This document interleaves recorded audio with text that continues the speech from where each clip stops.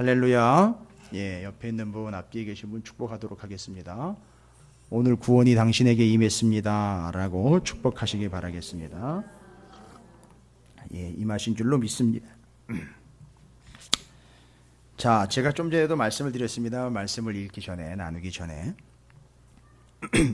오늘 새벽에도 말씀을 드린 내용이지만 예수님이 지금 여정이 어떻게 되느냐 하면 저 위에 갈릴리에서 이 밑에 예루살렘으로 진행을 하고 계시는 중입니다. 뭘 아시겠지만 예수님이 왜 굳이 예루살렘으로 가시느냐 하면 이유가 뭡니까? 그렇죠. 이제 근본적인 목적상으로는 십자가를 지시기 위해서 가시지만 횟수로 치면 4번 왕복을 하셨습니다. 4번. 그러니까 공생애 3년인데 횟수로는 4번이에요. 시작하시자마자. 그렇죠.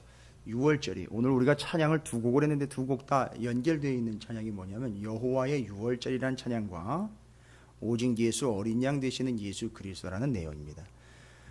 아무리 찬양을 여러 번 부르고 뭐 아무리 뜨겁게 찬양을 한다 하더라도 그 찬양의 내용이 뭘 의미하는지를 도대체 모르고 찬양을 한다면 그렇죠. 뭐 혼자 좋아가지고 찬양하는 거죠. 그러나 그 찬양은 내용이 그렇게 깊습니다. 그 지성소를 향해 나아가는 제사장의 마음, 그리고 2월절 어린 양의 피를 힘입어서 나아갈 수 있음과 그 휘장이 찢어졌을 때 마음껏 이제는 하나님 앞으로 나아갈 수 있게 됨이라는 그 귀한 찬양이 연결돼서 우리가 찬양을 한 내용입니다. 오늘 그런 예수 그리스도의 은혜가 전적 예수 그리스도의 은혜로 여러분이 오늘 이 자리에 이렇게 앉아있을 수 있음을 감사하시길 바라겠습니다. 우리의 어떠함이 아닌 바로 그 예수 그리스도의 어린 양 되심과 그 피 때문에 우리가 나와 앉아있을 수 있음과 들어갈 수 있음과 기도할 수 있음을 좀 제발이 좀 인정했으면 좋겠어요. 내 경험과 내 의로움과 내 여러 가지 자랑할 만한 항목들로 리스트를 뽑아가지고서 올려드리는 게 아니라 전적인 예수 그리스도 오직 예수의 은혜로 그렇게 될 수 있었음입니다. 바로 그 사람에 대한 이야기가 이 삭개오의 이야기예요. 오늘 19장에 기록이 되고 전적 은혜에 의존할 수밖에 없었던 한 사람에 대한 이야기, 바로 오늘 삭개오 이야기입니다. 자, 이 삭개오 이야기는 아까도 말씀드렸습니다만 예수님이 갈릴리 나사렛에서 이쪽 예루살렘으로 오실 때에 여러분 경로를 좀 이해를 하셔야 되는 게 지금 뭐 지도가 없어서 그냥 설명을 드릴 테니까 사마리아 가운데를 관통하지 않습니다. 유대인들은 그걸 지납니다. 그걸 800년 동안이나 그랬었어요. 계속 돌아서 갑니다. 돌아서 가다 보면 예루살렘으로 들어가려면 여리고를 통과해서 들어갑니다. 여리고에서 이제 예루살렘은 올라가는 게 됩니다. 우리는 늘 내려가는 것만 얘기를 했었는데 반대로 이야기하면 지금 예수님이 여리고에서 예루살렘으로 지금 올라가야 되는 형상이 되는 거죠. 지리적인 요건 때문에 그래요. 예루살렘이 고도가 높아요. 여리고는 낮습니다. 중간 가운데 있어요. 사해바다로 쭉 내려가는 그 중간쯤에 있어요. 고도가 낮습니다. 예루살렘보다. 그런데 예루살렘을 들어가기 위해서 여리고를 통과를 해서 올라갑니다. 옛날에 구약성경에 보면 여리고에 물이 안 좋았었는데 이 물을 깨끗하게 해가지고 여기가 제사장들의 휴양소가 됐습니다. 왜냐하면 제사장들은 예루살렘에서 정해진 순서에 의해서 제사를 드리는데 성전에 들어가서 일정 정해진 기간 동안에 복무를 해야 되거든요. 그때 그 사람들이 어디서 있다가 이제 자기 반차를 따라 자기 순서가 되면 가서 헌신을 하느냐 하면 여기 여리고에서 쉬고 있다가, 이 제사장들 휴양소가 있는 거예요. 그래서 선한 사마리아인 비유 있죠.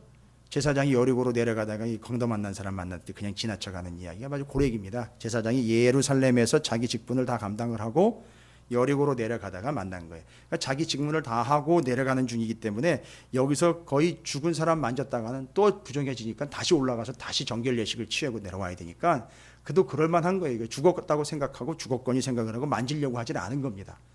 자기가 지금 순서상 거기서 다 일을 마치고 내려오는 중인데 그거 만지면 또 올라가야 돼요. 그래도 만져야죠. 예루살렘이 딸습니까? 예루살렘이 딸습니까? 그래도 만져야죠. 죽기보다 싫어도 만져야죠. 그 얘기를 하는 겁니다. 자기는 정결 예식을 하면 되지만 이 사람은 죽으면 끝나는 거 아닙니까? 그게 신약이에요.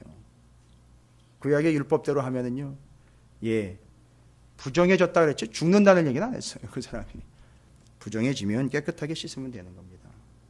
근데 예수님은 그거에 대해서 죽지 않은 자인 그를 죽은 취급을 했고 자기 합리화 때문에 그걸 지나가버린 그 제사장에 대한 이야기, 선한 사마리아인에 대한 이야기. 그래서 사마리아를 돌아서 여리고로 들어가서 여리고에서 올라갑니다.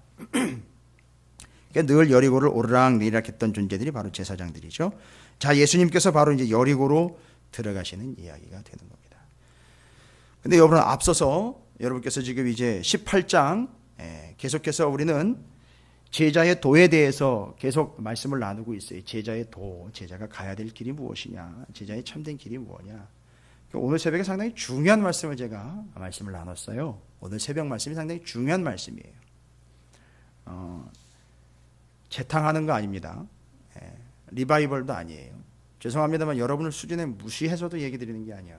알고 넘어가야 되기 때문에 다시 설명을 드릴 수밖에 없어요. 18장 35절부터 43절까지는 18장 전체를 요약할 뿐만 아니라 지금 9장부터 이동 경로상에 있었던 일들에 대한 제자도, 주님을 따르는 자들에 대한 원칙에 대한 이야기들을 이 짧은 맹인을 고친 사건에서 요약 정리를 하고 있습니다. 이게 상당히 중요한 사건이에요. 이 맹인을 하나를 그냥 고친 사건으로 그냥 하나의 에피소드로만 알고 지나가는 부분이 아니라 이 사건이 18장 전체를 정리하고 18장까지의 주님을 따르는 제자가 어떤 존재인지에 대한 전체적인 요약 정리까지 이르게 됩니다. 그리고 이어서 삭개오 이야기를 통해서 지금까지의 이야기를 다시 한번 정리합니다. 그러니까 지금 18장 마지막 부분과 19장 초반을 통해서 전체 예수 그리스도를 따라야 하는 제자의 도리를 요약 정리하고 있는 거예요. 그 제자는 어떤 존재가 돼야 되는지에 대한 분명한 요약 정리의 내용이에요. 그래서 하나는 맹인 이야기고 하나는 삭개오 이야기예요. 그럼 맹인이죠. 그 다음에 삭개오는요, 세리장이에요. 그러니까 이 둘 다 어떤 존재냐 하면 바리새인의 대척점에 있는 존재들이에요. 무시당하고 소외당하고 외면당하고 죄인 취급받았던 존재들이고 무시당했던 존재들입니다. 외면당했던 존재들이 절대 상대할 가치가 없었던 존재들인데 제자의 도가 누구에게서 완성되느냐 하면 이 맹인과 삭개오에게서 완성이 돼요. 이건 놀라운 사실입니다. 여러분 19장 10절을 보시길 바랍니다. 19장 10절. 그냥 여러분 들어가기 전에 여러분 좀 테스트 좀 해봐야 될 것 같아요. 제자도를 지금까지 계속 얘기했으니까요. 그렇다고 여러분이 제자가 될 자격이 있느냐 없느냐 이걸 테스트하는 게 아니고요. 말씀을 그렇게 많이 함께 나눴으니까 인자가 온 것은 잃어버린 자를 찾아 구원하려 함이라. 요걸로는 어떤 느낌 받으시는 게 없는지 모르겠습니다. 9절을 다시 한번 볼게요. 예수께서 이르시되 오늘 구원이 이 집에 이르렀으니 이 사람도 아브라함의 자손이미로다. 아브라함의 자손, 아브라함의 자녀, 아브라함의 아들, 잃어버린 자를 찾은 것. 두 개를 연결해 보십시오. 그럼 여러분 반드시 누가 떠올라야 돼요.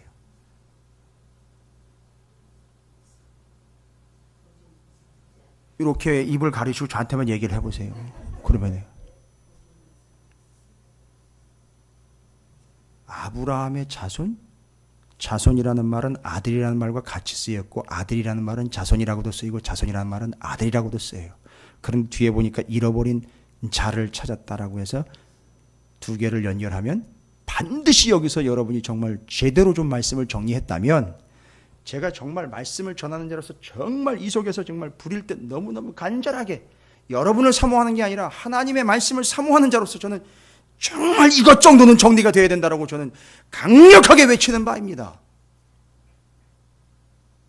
이미 우리가 살펴본 바예요. 예? 그렇죠. 바로 그거예요. 완벽하게 내용이 일치될 뿐만 아니라 완성을 시켜버렸습니다. 그러니까 이게 누구의 의도냐면 누가의 의도예요. 둘째 아들 이야기. 누가복음 15장에 나와 있는 것. 그럼 누가복음 15장에 나와 있는 둘째 아들만 이야기할 게 아니라 그 세 가지 비유 있잖아요. 잃어버린 거를 잃어버렸다가 찾았던 걸 쫙 이야기하는 거예요. 그게 이게 삭개오를 통해서 완벽하게 정리가 되는 겁니다. 그게 이게 누가라는 사람이 얼마나 치밀하고 성경을 너무너무 잘 알고 있는지. 이 사람은 예수님 따라다니는 사람이 아니에요. 누가는. 누구한테 얘기를 들었어요? 바울한테 얘기를 들었어요. 바울한테 뭐와 뭐를 들었죠? 바울에게 들은 얘기는요, 바울도 예수를 따라다니는 존재는 아니에요. 그죠? 바울에게 구약 39권과 예수 그리스도의 행적에 대해서 3년 동안의 그 행적에 대해서 전해 들었어요. 그리고 누가는 어떤 작업을 했느냐 하면 구약 성경의 그 말씀들과 예수 그리스도의 행적을 들은 것을 어떻게 하죠? 조명을 해보는 거죠. 그랬더니 어떤 결과가 나왔죠? 일치하더라는 거죠. 그래서 여러분 누가복음, 제가 수요일 날로 기억하는데 누가가 이런 기록을 남겨놨다라는 거죠. 누가복음 24장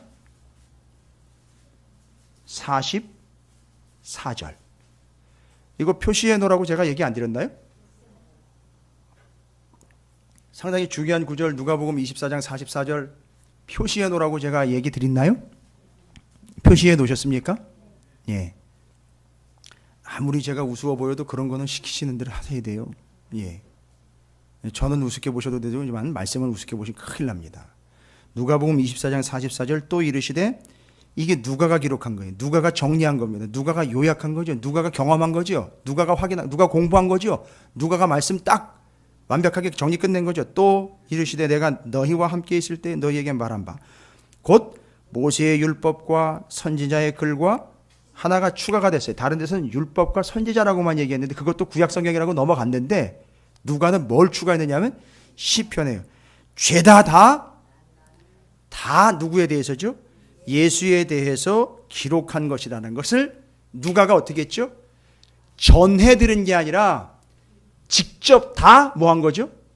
본인이 읽은 거예요. 읽고 전해드린 예수의 생애를 대입을 시켰더니만 맞아떨어졌더라 이거예요. 그래서 이런 구절이 나온 거예요. 누가복음 24장 44절이에요. 그 시편이라는 게 하나가 끼어 들어갔는데 놀라운 표현이에요. 시편은 누구를 의식해서 기록을 해놓은 거죠? 다윗이지요. 그런데 여러분 보시면 아시겠지만 19장 앞에 18장 마지막 때 맹인이 뭐라고 얘기하는지 아십니까? 여러분이 읽으셨을 거라는 이 착각을 하고 제가 물어봤네요. 그 맹인이 길가에 앉아 구걸하다가 예수님이 지나간다는 소리, 본 게 아니죠? 지나간다는 소리를 듣고 맹인이 뭐라고 외쳤습니까? 다윗의 자손 예수여 라고 이야기하는 거죠. 그러면 이 맹인은, 여러분 이 맹인 우습게 보시면 안 돼요. 어디 구걸하고 앉아있다고 눈을 못 본다고 맹인이라고, 어디 눈 먼 자라고 그렇게 함부로 대합니까? 분명 그 사람이 물어봤어요. 이게 도대체 무슨 일이냐? 37절이죠? 뭐라고요? 나사렛 예수께서 지나가신다라고 얘기를 했죠. 사람들이 뭐라고 얘기했다고요? 나사렛 예수께서 지나간다는 얘기는요, 이게 참, 여기는 어디라고요? 예루살렘 근처의 여리고예요. 나사렛이라는 동네는 예루살렘 근처의 여리고에서 이야기하면 거리상으로 한참 떨어져 있는 동네예요. 이건 뉘앙스가 무슨 뉘앙스인지 아시겠어요? 동네가 떨어져 있는 게 아니라 사람들이 나사렛 예수라고 이 거지이면서 맹인인 이 사람이 물어볼 때 너에게 어떤 존재 되는 거죠? 나사렛 예수야. 무슨 얘기예요? 상관없어. 이런 얘기예요. 멀리 떨어진 존재예요. 그런데 이 맹인이 예수를 확 끌어당깁니다. 예수와의 그 거리가 확 밀착이 돼버려요. 뭐라고 얘기를 합니까? 너한텐 나사렛 예수야 라고 누가 얘기를 했어요. 그런데 이 맹인은 정작 뭐라고 불렀는지 보시란 얘기입니다. 다윗의 자손 예수여라고 했어요. 여러분 다윗의 자손 예수라는 표현이 나오려면 뭐를 알아야 되죠? 구약에 구체적으로요? 보아스 이야기를 알아야 되겠죠. 보아스 이야기. 그 자손 다윗 어디서부터? 오벳 2세 그 위에 보아스서부터 기억나십니까? 룻 그 후손인 다윗이 바로 다윗의 자손 예수라는 말, 예수님이 왕이라는 얘기예요. 됐습니까? 이거 그러니까 지금 35절부터 43절은 그냥 넘어가시면 안 되는 거예요.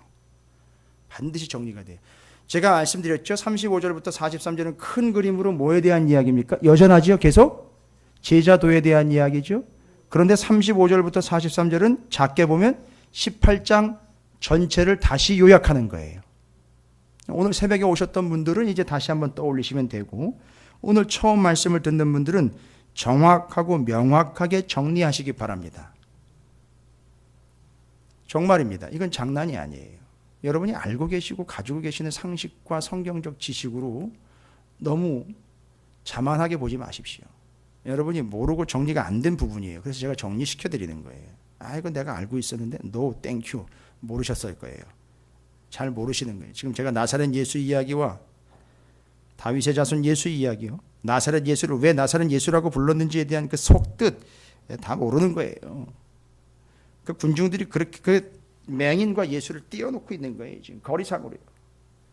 그러니까 우리는 다른 사람을 이야기할 때 너는 나처럼, 너는 나와 같이 예수와의 그 가까운 관계가 아닌 너는 먼 데 있어. 너는 나보다 좀 하찔이야. 너는 나보다 급이 좀 낮아. 나보다 수준이 낮아. 이런 식으로 계속 이야기를 풀어갈 거예요. 그럼 마치 자기는 예수님과 더 친한 것처럼. 절대 예수님은 그걸 받아들이지 않습니다. 주님의 제자도에 대해서 이야기합니다. 주님의 제자는 누구냐? 여리고성에 가까이 가 있는데 한 맹인이 앉아 구걸을 하고 있는 이야기 35절부터입니다. 무리가 지나감을 듣고 이게 무슨 일이냐라고 묻습니다. 물을 때에 이 사람이 그가 누군지를 딱 듣고 어떻게 합니까? 38절과 39절에 외쳐 이르되, 39절에 소리 질러 이르되. 잘 보십시오. 외쳐 이르고 소리 질러 이르되. 그때 중간에 무슨 일이 있었습니까? 앞서가는 자들이 그를 꾸짖어서 잠잠하라고 계속 다운을 시켜버려요. 저 시끄러워, 가만히 있어, 조용히 해, 떠들지 마. 네가 뭔데 여기서 지금 나대고 있어, 뭐 이런 얘기인 거 아닙니까? 어디 맹인 주제에 눈도 못 뜨고 구걸까지 하는 주제에 네가 왜 나서고 있어라고 이야기할 때 계속 밀쳐냅니다. 그럴 때 이 맹인은, 이 눈먼 자는요, 외쳐 이르되, 더 크게 소리질러 이르되. 이건 누구 얘기입니까? 18장을 제가 정리하는 거라 그랬죠. 요약 정리하는 거예요. 앞에 나와 있잖아요. 18장 1절부터 8절까지의 그 불의한 재판장에게 밤새도록 낮밤 가리지 않고 쫓아가 가지고선 귀찮게 했던 그 여인, 억울한 일을 좀 풀어달라고 그렇게 부탁했던 그 여인.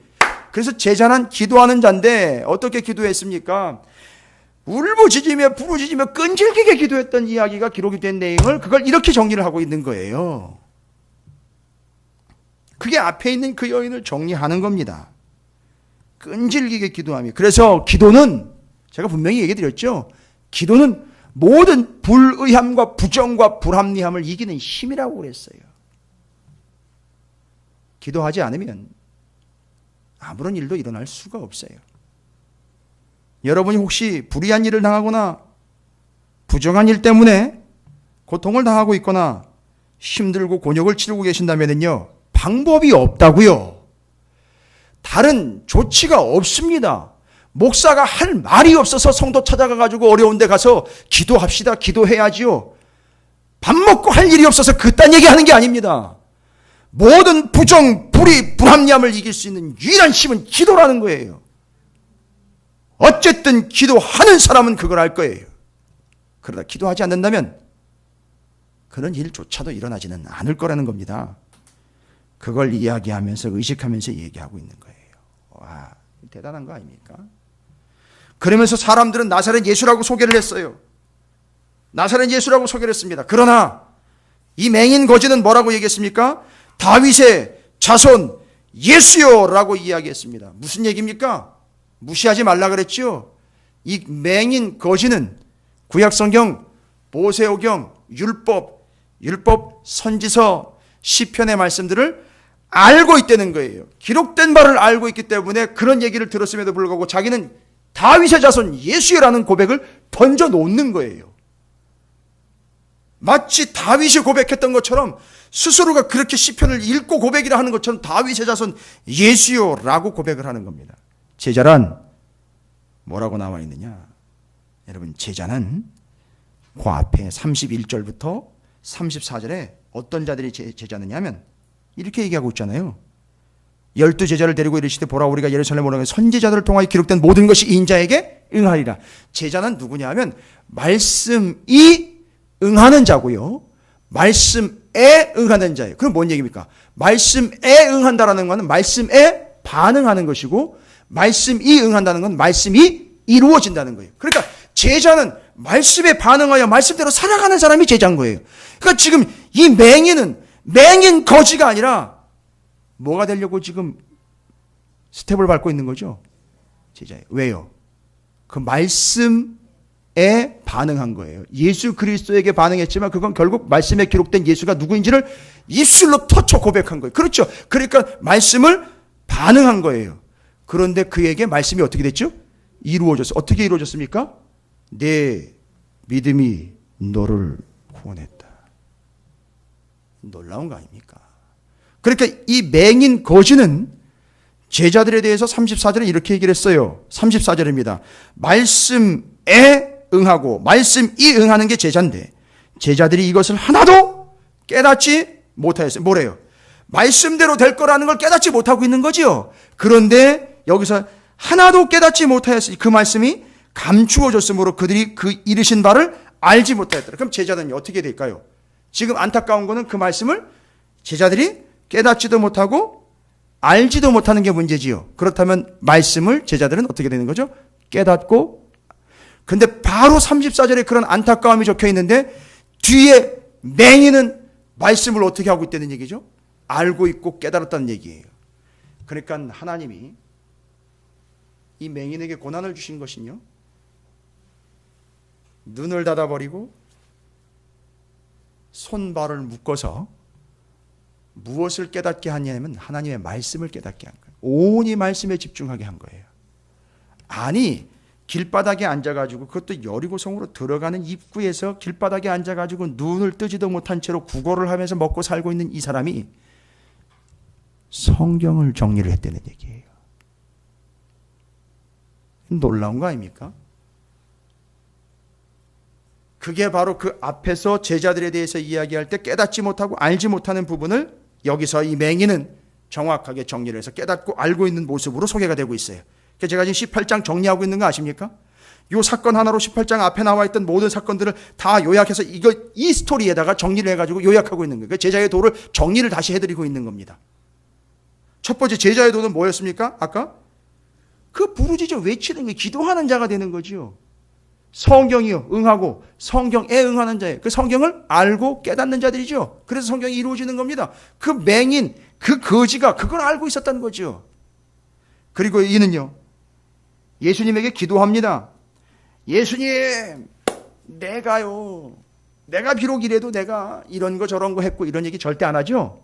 그냥 기도 제목은 뭐예요? 예수님에게? 예? 나를 불쌍히 여겨주십시오. 여러분, 이 기도는 나를 불쌍히 여겨주셔서 기도는 이 부르짖는 기도의 다음에 나와 있는 누구와 누구의 기도를 비교한 거죠. 지금 바리새인과 세리의 기도에서 그 세리가 뭐라고 얘기한 거죠? 나를 불쌍히 여겨달라는, 그대로 지금 그걸 그 순서대로 갖다가 끌어들이면서 그걸 요약을 해가지고선 이 맹인 한 사람에게 다 요약을 시키는 거예요.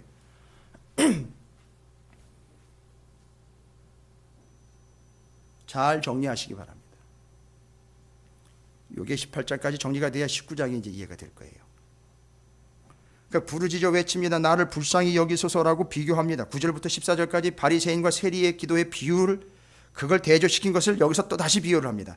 그의 기도는 완벽하게 어떻게 기도해야 되는지를 이루어낸 기도죠. 부르짖는 기도가 되었고 계속해서 외치는 기도가 되었고, 자신을 드러내는 기도가 아닌 자신은 죄인입니다, 나를 불쌍히 여겨달라는 게 계속 반복되면서 스스로를 하나님 앞에 낮추어서 하나님의 도우심을 구하고 있는 기도, 제자의 참된 모습을 이야기합니다. 그리고 그는 길거리에 앉아가지고 아무리 구걸을 해서 먹고 살고 있지만 앞을 못 본다 하지만 그는 이미 말씀을 깨닫고 알고 있어서 그 말씀이 그에게 어떻게 된 거죠? 이루어진 거예요. 응한 겁니다. 그리고 그 말씀에 어떻게 한 거죠? 반응한 거예요. 그러니까 여기서 지금 말씀이 누구로 소개가 되고 있죠? 예수 그리스도예요. 그래서 예수 그리스도에 반응했고 예수 그리스도를 받아들인 거죠. 그래서 말씀이 어떻게 된 거죠? 이루어졌습니다. 그래서 그게 내 믿음이 너를 구원하였다라고 아까 나와 있어요. 이건 다시 설명드려야 돼요. 내 믿음이 너를 구원하였다. 여러분, 그 다음에 이 사람이 성경 전체적인 것을 정리를 해가지고 기록된 바를 딱 요약 정리해가지고 예수 그리스도가 뭐라는 걸 고백한 거죠? 예수 그리스도께서 나사렛 예수다라고 일반적으로 사람들이 이야기할 때 그 사람은 아니요, 성경에 의하면 다윗의 자손 예수여라는 걸 한마디로 한 글자로요. 다윗의 자손 예수는요, 한 단어, 왕. 그럼 뭐예요? 그분을 뭐로 인정한 거죠? 왕으로 인정한 거죠. 여러분 기억나십니까? 어린 아이들 올 때에 어린 아이들이 어떤 모습으로 오는, 어린 아기라 그랬죠. 부모의 품에 안기어서 부모 절대 의존적인 존재가 되었을 때 오히려 부모가 애를 소유하는 게 아니라 애가 부모를 소유하게 되는 거죠. 그리고 뒤에 보면 누구든지 하나님의 나라를 어린아이와 같이 어떻게 돼요? 받아들이는 자. 근데 이 맹인은 예수 그리스도를 뭘로 받아들였죠? 왕으로 받아들였죠. 예수를 왕으로 받아들였다는 얘기는 예수가 어떤 존재인지를 인정하는 것이 단순한 의미가 아니라 예수가 왕이니까 예수를 왕으로 받아들였다는 얘기는 뭐를? 하나님의 나라를 받아들인 거예요. 그런데 성경에서는 그 나라를 받아들였다라는 것을 두 가지로 이야기해요. 소유했다라는 말과 그 나라로 들어갔다라는 걸로. 그래서 지금 이 사람은, 이 맹인은 예수님을 왕으로 예수 다윗의 자손 예수여라고 이야기한 거는 두 개가 이루어진 거죠. 뭐와 뭐죠? 하나님의 나라가 이 사람에게 임한 것이고 이 사람은 그 나라로 들어간 사람이 됐고, 이건 정확하게 이야기하면 그 나라를 소유한 게 된 거예요. 어마어마한 일이 이 사람에게 일어난 거예요. 지금 눈 뜨고 안 뜨고의 문제가 아니에요. 이 본문을 보면서 우리는 이 사람이 와 믿음이 좋아가지고 눈을 떴다. 아니요, 믿음 아무리 좋아도 눈 못 뜨는 사람 수두룩해요, 요즘에도요. 지금 그걸 얘기하려고 하는 게 아니죠. 그렇죠. 그 사람은 이미 주님을 왕으로 모셔서 그 나라에 들어갔고 그 나라를 소유했고, 그렇죠? 예수 그리스도를 왕으로 통치자로 받아들였기 때문에 그 나라의 백성이 된 겁니다. 그 나라가 그에게 임한 거예요. 놀라운 겁니다. 누가 그를 거지라고 합니까? 아니요, 이제 이 맹인은 그 나라의 백성이 된 겁니다. 그게 어린아이들 금하지 말라라는 이야기의 소유함과 받아들임, 들어감, 그 다음에 그것이 그 마음 가운데 이루어짐, 요거 지금 하나님 나라로 이야기한 거예요. 여러분 이거 억지로 끼워 맞추는 거 아닙니다. 지금 35절부터 43절을 이 정도 스펙터클하게 앞에 있는 18장의 내용들을 정리하지 못한다면 죄송해요. 성경을 너무 우습게 보신 거예요. 그 다음에 성경 만만히 보신 겁니다. 절대 그 의미가 아니에요. 35절부터 43절까지 계속해서 그걸 정리해주고 있어요. 그리고 이제 그가 오직 한 가지, 잘 보십시오. 내게 무엇하여 주기를 원하느냐? 이르되 주여 보기를 원하나이다라고 얘기했죠. 보기를 원하나이다. 근데 42절에 예수께서 그에게 이르시되 보라 내 믿음이 너를 구원하였느니라. 이때 요 42절은 앞에 있는 내용이 무엇과 대조가 되면서 그걸 완전히 종식시키고 결론으로 내주냐면 22절이에요. 22절입니다. 18장 22절 부자 관리 얘기죠. 근데 그 사람 완전히 부자지요. 그런데 이 거지는요, 완전 거지지요. 대조가 되고 있어요. 부자는요, 어마어마하게 많은 걸 가지고 있어요. 죄다 갖고 있습니다. 싹 다 아쉬울 것 없이 다 가지고 있습니다. 그런데 아쉬운 게 뭐죠? 딱 하나가 없어요. 뭐죠? 믿음이 없어요. 그런데 이 거지는요, 아무것도 가진 게 없는데 뭐예요? 딱 하나 가지고 있어요. 믿음이 완벽한 대조예요. 여러분 성경이 이렇게 좀 깊게 느껴지십니까? 좀 만만히 볼 게 아니고 좀 진중하고 겸손하게 바라봐야 될 거라는 그런 마음이 좀 생기십니까? 그러면 그게 제자인 거예요. 다른 건 다 있는데 오직 믿음 하나만 없어요. 그러나 이 맹인 거지는요, 다른 건 아무것도 없는데 딱 믿음 하나 있습니다. 그런데 그 믿음이 왜 중요한지 아십니까? 그 믿음이 너를 구원하였다라고 나와 있어요. 그리고 여러분 보시면 43절에 결론으로 이야기합니다. 곧 보게 돼요. 뭘 봤을까요? 곧 보게 돼요. 바로 뒤에 나와요.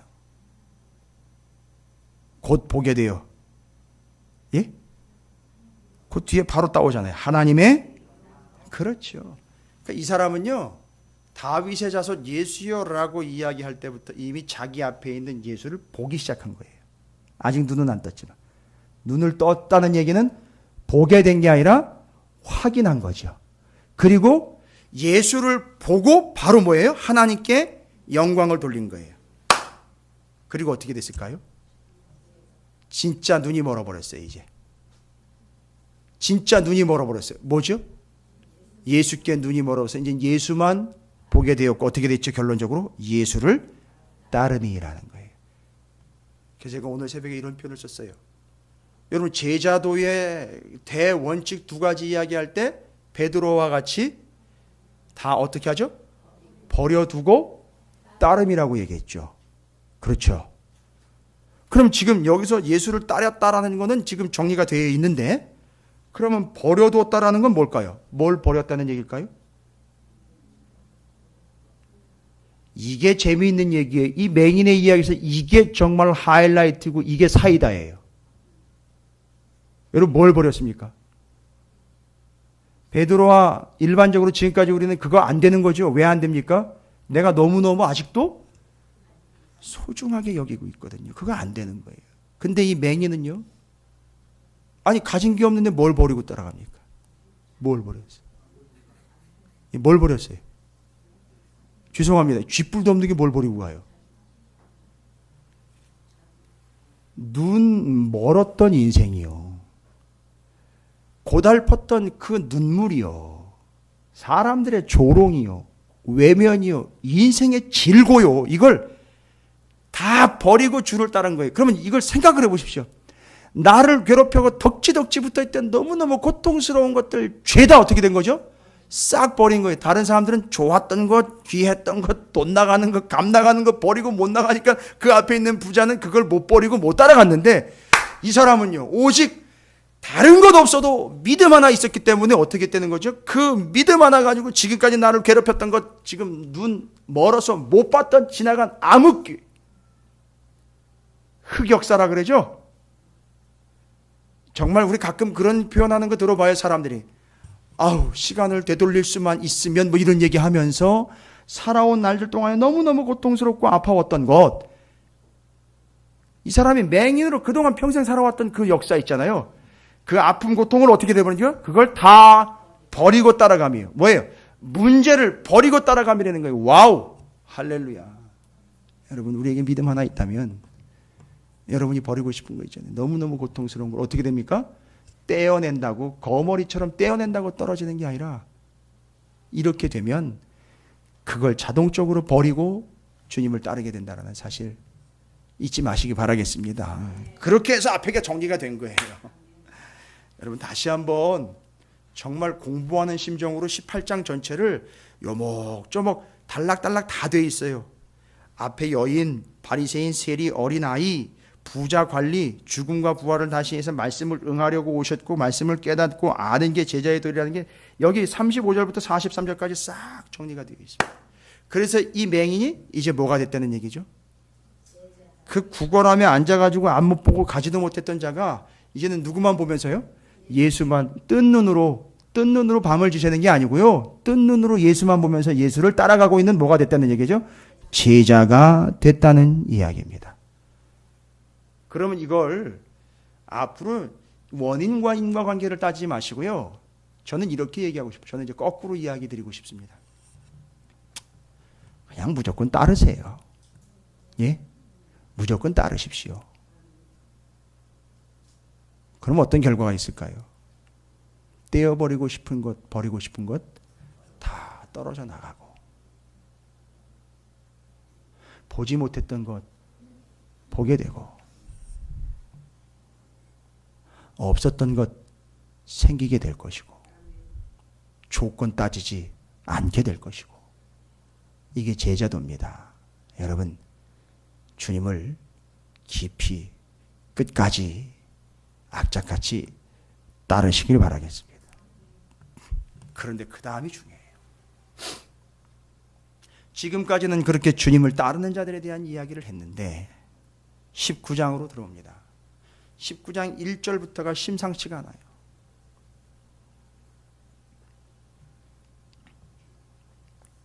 이 표현 자체가 심상치가 않습니다. 예수께서 여리고로 어떻게 해요? 들어가 지나가시더라.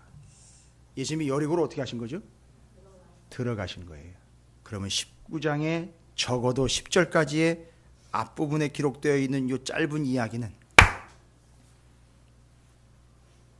예수님이 어떻게 하시는 이야기라는 거죠. 들어가는 이야기. 예수님이 직접 들어가시는 이야기. 여러분, 우리가 어떻게 한다라고 이야기했죠? 그 예수가 왕이신 것과 예수의 다스리심을 받아들이는 거가 바로 우리가 어떻게 되는 거죠? 우리가 그 나라로 들어가는 거라 그랬는데, 그런데 지금 이 내용을 보면 어떻게 돼 있죠? 오히려 예수님이 표현을 이해하십시오. 쳐들어오신 거예요. 쳐들어오신 겁니다.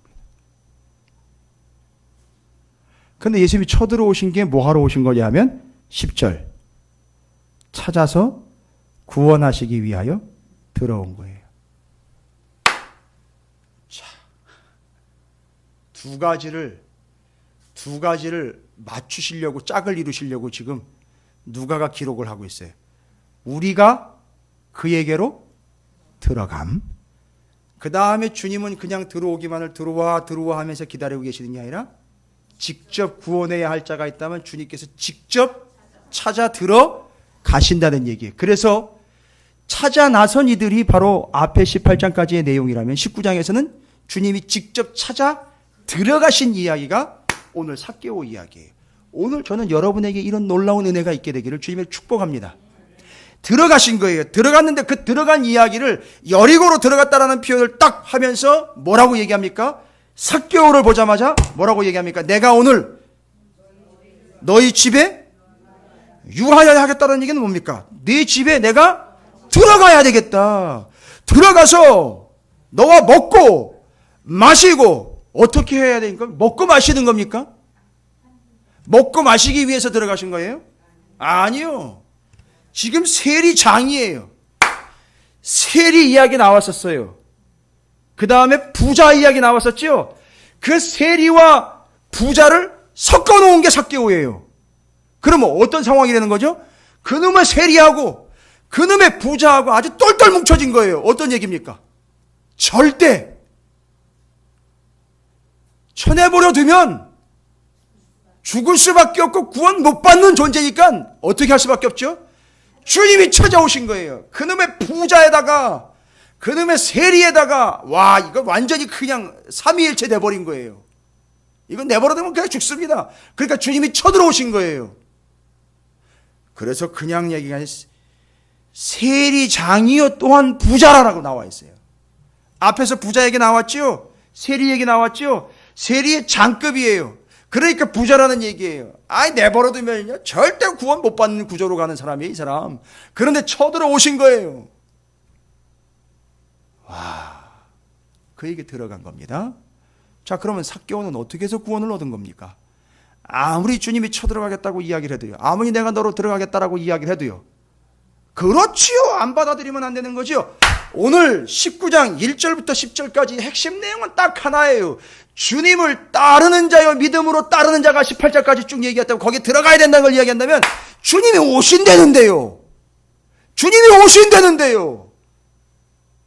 주님이 오시겠대요, 나한테. 오늘 여러분 말씀으로 여러분에게 파고 들어가시겠다는 겁니다. 그러면 어떻게 해야? 받아들여야 되는 거예요. 그걸 뭐라고 표현했습니까? 6절이요. 제자 도의 핵심에 대한 이야기, 영접하는 것, 바로 그게 반드시 필요하다는 거예요. 영접이요. 이 단어가 어디서부터 왔느냐면 데코마이라는 단어가 있어요. 데코마이. 받아들이라는 거예요. 그런데 그 안에는 여러 가지 뜻이 인정한다, 용납한다, 표현을 이해하시오. 알아서 기인다, 뭐 이런 얘기예요. 뭐인 얘기예요? 자기 집 공간으로 들락날락 하는 것에 대한 이야기가 아니라 이 세리장인 삭개오가 어떻게 된 거죠? 알아서 무릎을 꿇어서 주님 앞에 그냥 기어버린 거예요. 뭔 얘기입니까? 그냥 시키는 대로, 오시는 대로 다 받아들였다는 거죠. 제자도 버려두고 따라감과 하나를 더 이야기하고 있습니다. 추가가 되죠. 뭐죠? 영접이라는 거예요. 영접. 영접하는 자, 곧 그 이름을 믿는 자들에게 하나님의 자녀가 되는 권세를 주셨다 그랬죠. 그래서 영접했기 때문에 그 표현이 나온 거예요. 9절이요. 무슨 표현이요? 아브라함의 뭐가 됐다는 얘기예요? 아들이 됐다는 얘기예요. 여기는 하나님 대신에 누굴 표현으로 쓴 거죠? 아브라함을 쓴 거죠. 왜 아브라함을 썼을까요? 하나님을 써야 되잖아요. 아브라함을 왜 썼을까요? 지금 19장은 그냥 19장 단독적으로 지금 진행되고 있는 게 아니라 앞에 있는 내용과 연결된다 그랬죠. 앞에 분명히 아브라함이 나왔잖아요. 누구요? 기억 안 나세요? 앞에 아브라함 얘기 분명히 나왔어요. 아브라함이 한번 등장했습니다. 누구와 누구 이야기, 그때도 역시 대조가 되는 두 사람 얘기가 나왔었어요. 낙원 이야기 나오고 지옥 이야기 나와서 너무 뜨거우니까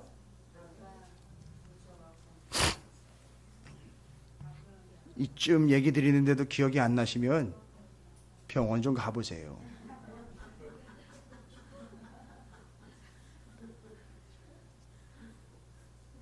부자와 나사로. 하필 거기도 부자예요. 그렇죠. 하필 거기 또 나사로 거지예요. 이게 부자 거지가 단골맹이로 나옵니다. 지금 이 성경에 지금 계속해서 나와. 왜냐하면 지금 그게 지금 아직 정리가 안 된 거예요. 그런데 이 삭개오는 너무너무 큰 부자예요. 그렇죠.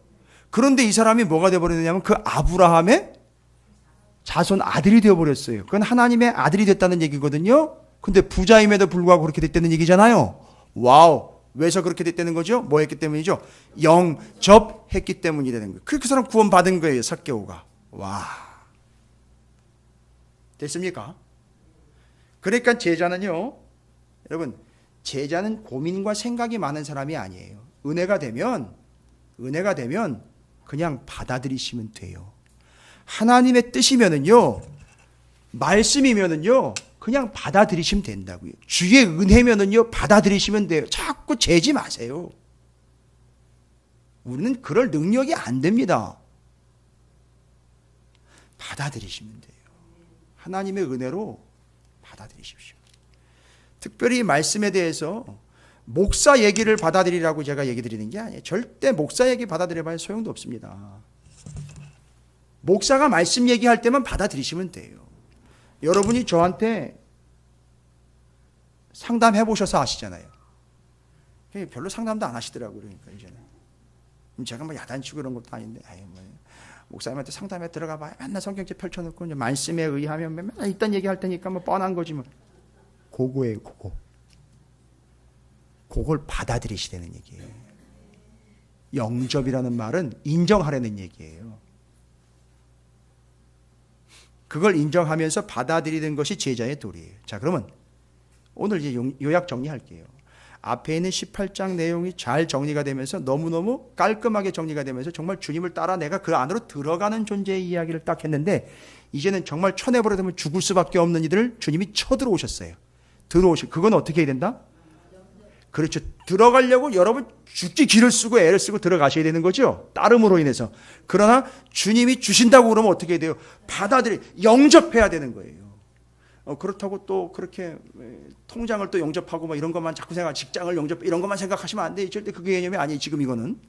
그 주님의 뜻을 영접하는 거예요. 주님을 영접하는 겁니다. 할렐루야. 그래서 영접하시는 거예요. 그러니까 어떻게 영접해야 되느냐 이거예요. 어떻게 영접해야 되느냐? 여러분, 주님이 이야기하시는 곳에 첫 번째 조건이 있습니다. 예수께서 그곳에 5절이에요. 19장 5절. 주님을 영접하는 자세에 대한 얘기를 하고 이제 말씀 마칠 거예요. 어떻게 영접해야 되느냐? 이르시되 삭개오야 어떻게 해요? 속히 내려오라. 뭡니까? 어떻게 해요? 그리고 뒤에 보십시오. 6절에 어떻게 했다 그랬어요? 급히 내려. 속히 급히. 그러니까 바로 그냥 그 자리에서 바로 반응하는 거예요. 여러분, 첫 번째 비결 아시겠어요? 원칙이요? 즉시예요. 그런데 주님은 즉시라 그랬어요. 속히라 그랬죠? 그런데 6절을 보십시오. 삭개오는요. 급하게 내려왔어요. 키도 작은데 급하게 내려오다 굴러떨어지면 어떻게 하려고요? 그래도 급하게 내려온 거예요. 이해가 되십니까? 제가 지금도 기억나는 게요. 저희 부모님도 그렇죠. 저희 부모님은 저희 장모님보다는 신앙의 연주가 좀 늦습니다. 저희 장모님이 요즘에 저한테 사위한테 뭐 잘 보여야 뭐 제가 큰 교회 목사도 아니고 뭐 나오는 게 있어요. 근데 요즘에 저 듣기 좋으라고 하시는 얘기인 건지 제가 아는데 근데 그게 말만은 아니라고 제가 믿어요. 제가 저희 교회에서 설교해가지고 구워놓은 CD를 수십 장을 제가 갖다 드렸어요. CD 플레이어하고 같이. 요즘에는 그걸 들으시면서 마치 저랑 막 대화를 하고 있는 것 같은 은혜를 받고 있다고 그러시더라고요. 야, 성공했다. 다른 건 몰라도 우리 장모님 돌아가시기 전에 내가 천국 진리 복음을 좀 제대로 아시고, 왜냐하면 사모하는 바가 크시거든요. 아주 처녀 때부터, 결혼하시기 전부터, 어렸을 때부터 그 저고리 치마 그거 입고 그거 교회에 엄청나게 헌신했던 분이에요. 그러니까 교회를 너무너무 사랑하시고 특히 목사님들 사랑하는 그 열정은 제가 막을 수가 없어요.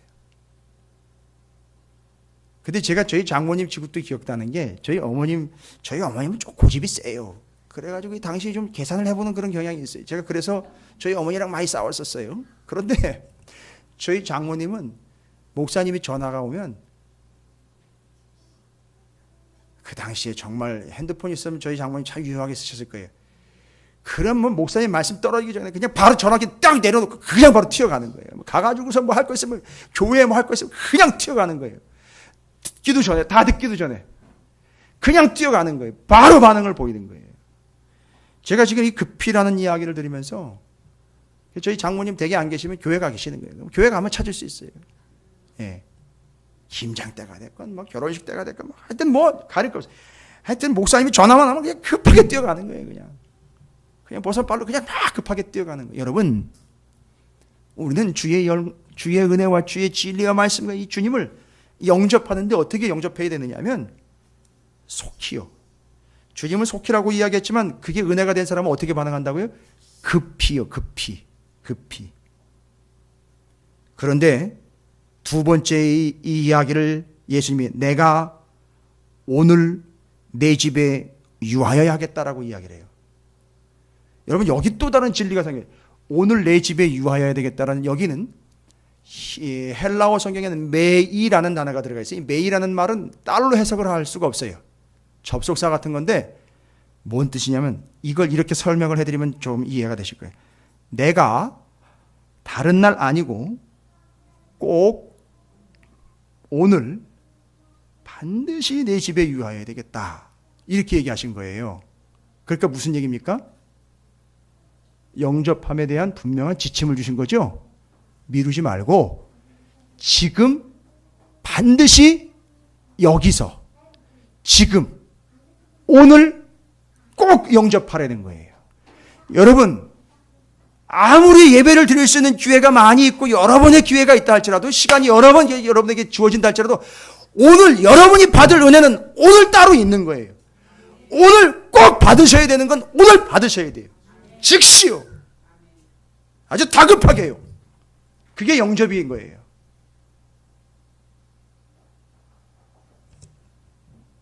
그게 제자도에 대해서 지금 영접에 대한 조건을 이야기하고요. 어떻게 영접해야 되느냐. 오늘 아니면 시간이 없습니다. 오늘 꼭 반드시 내가 네 집에 들어가야 되겠다 할 때 그걸 어떻게 해야 되죠? 받아들여야 되잖아요. 오늘 이 시간에, 이 주어진 시간에 꼭 반드시 그냥 스쳐 지나가지 마시고요. 여러분의 상황과 컨디션이 어떤지는 모르겠지만 대충 설렁설렁 넘어가지 마시고요. 꼭 오늘 받아야 될 건 오늘 받아서 챙기시기 바랍니다. 급히 반응하시기 바랍니다. 이게 영접의 조건입니다. 거기서 끝나지 않습니다. 어떻게 해요? 6절에 나와 있죠? 어떻게 하면서요? 급히 내려온 건 제가 말씀드렸죠? 어떻게 해요? 즐거워하며요. 즐거워하면서. 왜요? 주님인데 안 즐거워요? 뜻인데 안 즐겁습니까? 주의 천국의 진리의 말씀인데 안 즐겁습니까? 죄송해요. 여러분 표정은 전혀 즐거운 표정이 아닌 것 같아요. 이 저녁에 와가지고 온다는 것 자체가 곤욕인데 뭔 즐겁습니까? 이런 것 같은데 아니요. 얼마나 즐거운지요. 얼마나 즐거운지. 삭개오가 그렇게 기뻐 뛰면 왜요? 이건 왜 즐거울까요? 주님이 오신 것 때문에 즐거운 게 아니라 자기가 얼마나 비참한 존재인지를 깨닫는 순간 즐거워지는 거죠. 감히 내게 어떻게 이런 은혜가, 감히 나한테 어떻게 이런 분이 하면서 와, 삭개오 준비된 사람이, 잘 보십시오. 삭개오가 8절입니다. 주님이 들어오셨는데 어떻게 해요? 삭개오가 어떻게 했어요? 서서요. 삭개오는 늘 어떤 장면, 어떤 모양새인지 아시죠?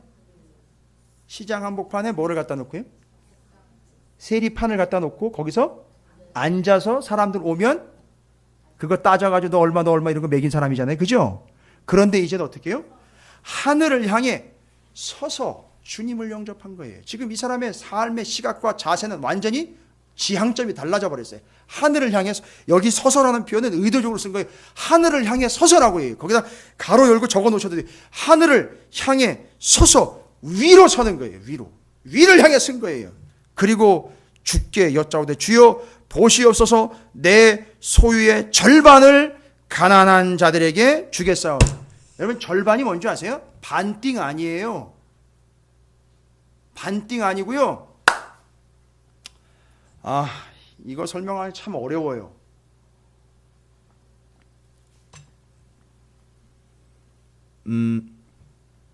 아이스크림 중에 제 딸아이가 좋아하는 아이스크림이 하나가 있는데 일명 쌍시옷바라고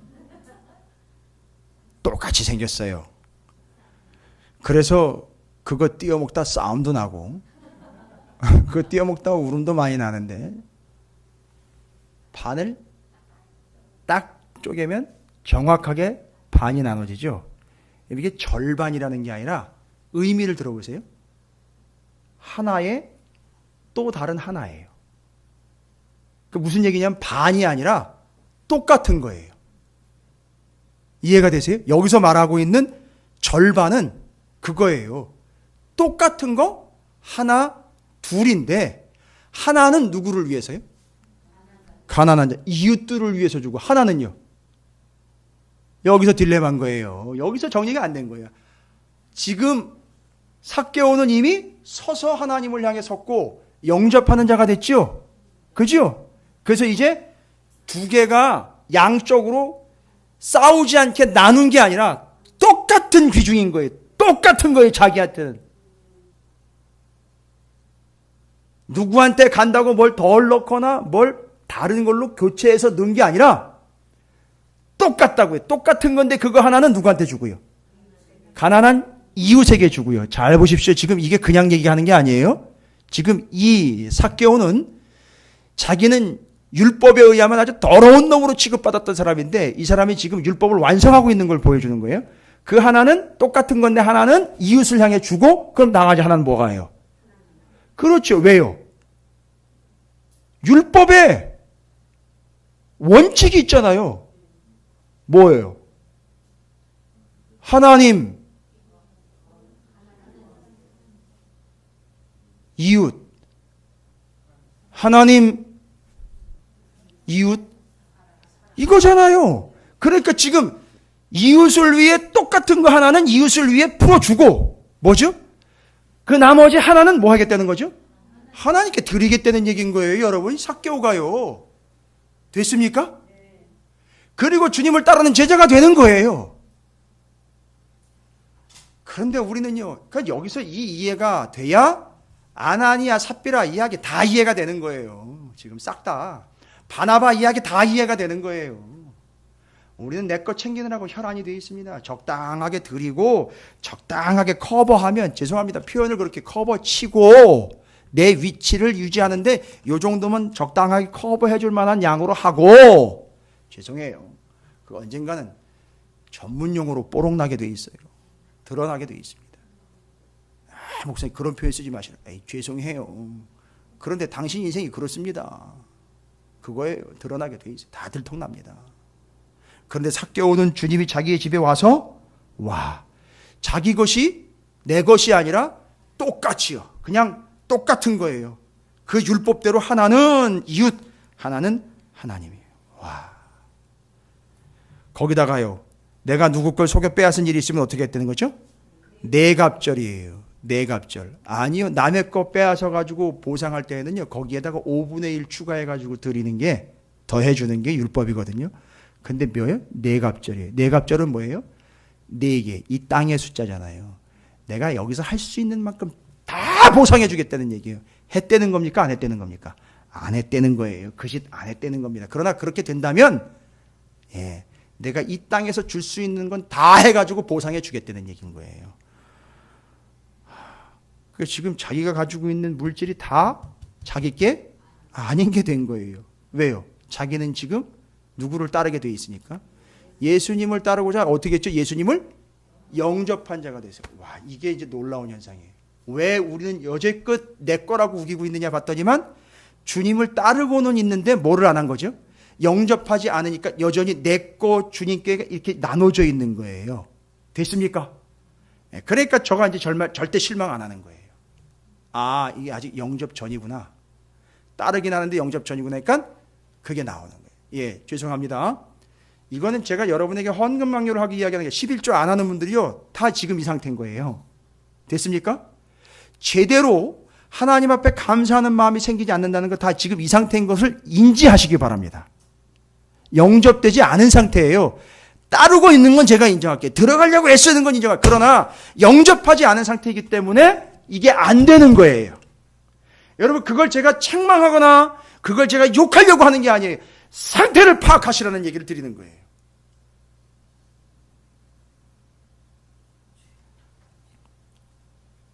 아주 중요한 얘기입니다. 온전한 11조 얘기 제가 드릴게요. 11조를 분명히 해야 되는데 안 하는 거 얘기 드릴게요. 감사의 생활 해야 되는데 안 하는 거 얘기 드릴게요. 그거 나쁜 겁니다? 아니요. 저는 그렇게 얘기하고 싶지 않아요. 아직 뭐 하지 못했다는 얘기죠? 영접하지 못했다는 거예요. 여러분, 그걸 영적인 현상으로 지금 여러분에게 이해시켜 드려야죠. 제가 그걸 갖다가 이러니 저러니 이러쿵저러쿵 목사가 돼가지고 얘기하면 분명히 오해합니다. 반드시 오해해요. 철저하게 오해합니다. 교회 헌금이 줄었구만, 이런 식으로 받아들여요. 아니면 뭐에 쓰려고 또 헌금을 강요하는 거, 이렇게 받아들여요. 절대 영접한 자가 아니기 때문에 그렇습니다. 여러분, 속히 오늘 나와 있는 내용 그대로 삭개오처럼 주님을 영접하시기 바랍니다. 저 기다릴게요. 주님도 기다리실 거예요. 그리고 여러분에게 주님 어떻게 하실 겁니까? 쳐들어오실 거 아닙니까? 그럼 받아들이시라고요. 영접하시라고요. 따르시란 말이에요. 따르는 건 제대로 따르시고 영접하십시오. 그러면 이 놀라운 은혜가 여러분의 은혜가 될 줄로 믿습니다. 따르십시오. 그리고 주시는 거 영접하십시오. 뜻을 받아들이십시오. 누구처럼요? 삭개오처럼요. 그를 하나님이 이야기합니다. 아브라함의 자손이 되었다. 인자가 온 것은 잃어버린 자를 찾아 구원하려고 온 것이다. 그 둘째 아들처럼 그것을 영접하여 받아들인 자가 그 아버지와 함께 그 잔치자리에서 함께 구원을 경험하며 누리게 되는 여러분 모두가 되시기를 주님의 이름으로 축원을 드립니다. 18장까지는 제가 분명히 말씀드렸습니다. 그 나라를 소유하고 그 나라에 들어가 주님을 따라야 된다는 걸 이야기 드렸어요. 19장 1절부터 10절까지 오면서 주님은 우리에게 직접 또한 찾아오셨습니다. 받아들이십시오. 어떻게 해요? 영접하라고 말씀드렸죠? 어떻게 해요? 즉시 급하게 오늘 아니면 안 돼요. 오늘 꼭 반드시 받아들이시고요. 즐겁게 서서 1대 1인 거예요. 하나님이 가치의 비교가 아니고 절대 기준인 겁니다. 여러분이 그렇게 삭개오처럼 주님을 영접하는, 혹시 이 밤에 여러분이 결단하셔야 될 것이 있다면 영접하세요. 여러분에게 오늘 말씀의 놀라운 은혜와 역사가 동일하게 나타나게 될 줄로 믿습니다. 오늘 결단하셔야 될 것이 있다면, 영접해서 받아들여야 될 것이 있다면 받아들이십시오. 그게 제자의 도리입니다.